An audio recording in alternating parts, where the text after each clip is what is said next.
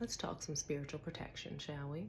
Because last night I had a conversation with a friend of mine and an angel of hers, and I am sure that other people need to hear this too. And if this video found you, it's probably because there's something in here that you need to hear. So, let's start with shielding. If you are just visually putting shields around you, your home, your family, your workspace, whatever, that is simply not enough. Your shields are not going to stay long term because you don't have the energy to keep them up consistently. So that means you would have to continuously put these shields around all of the things that you are using them to protect, which it's very likely that you're not doing that consistently.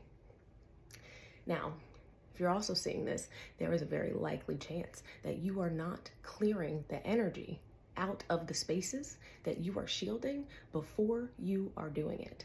Now, maybe sometimes you do it, but you're not doing that consistently either. And here's the thing, when these shields fall down, when you don't have the energy to hold them up anymore, things can get in there very quickly.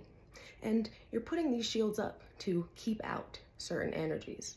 So if you're putting them up before clearing and banishing things out of the space,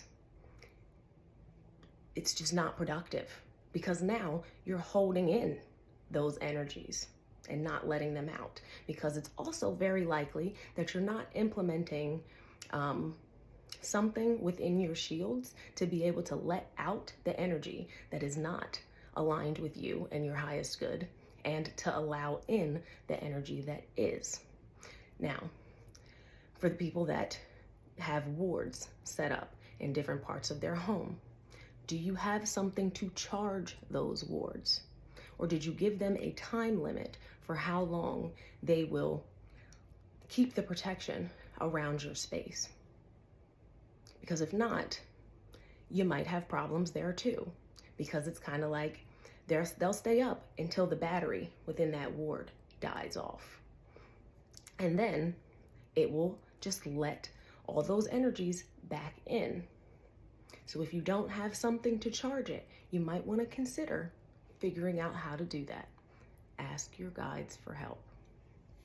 Okay, and now say that you have a shield that stays consistently around your house, but you are not consistently shielding yourself.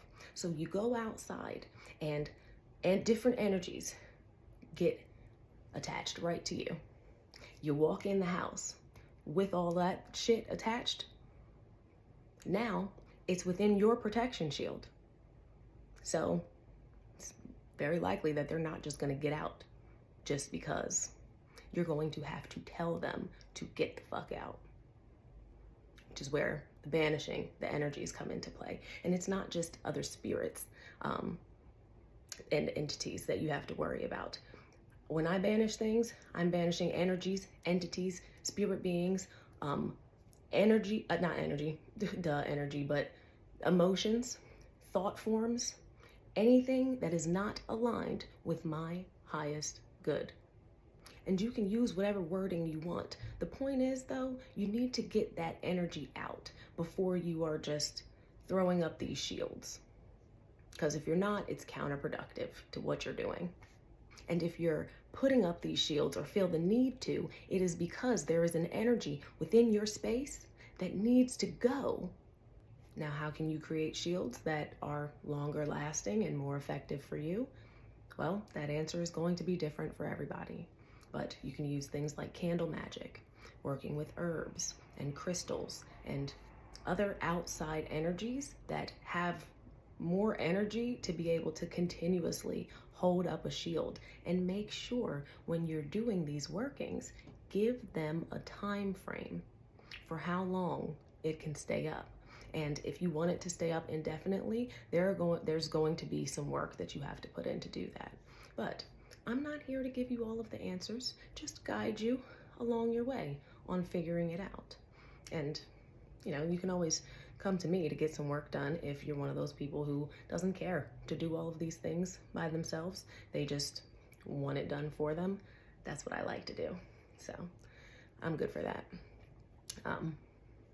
And for that, you can book a session at the link in my bio.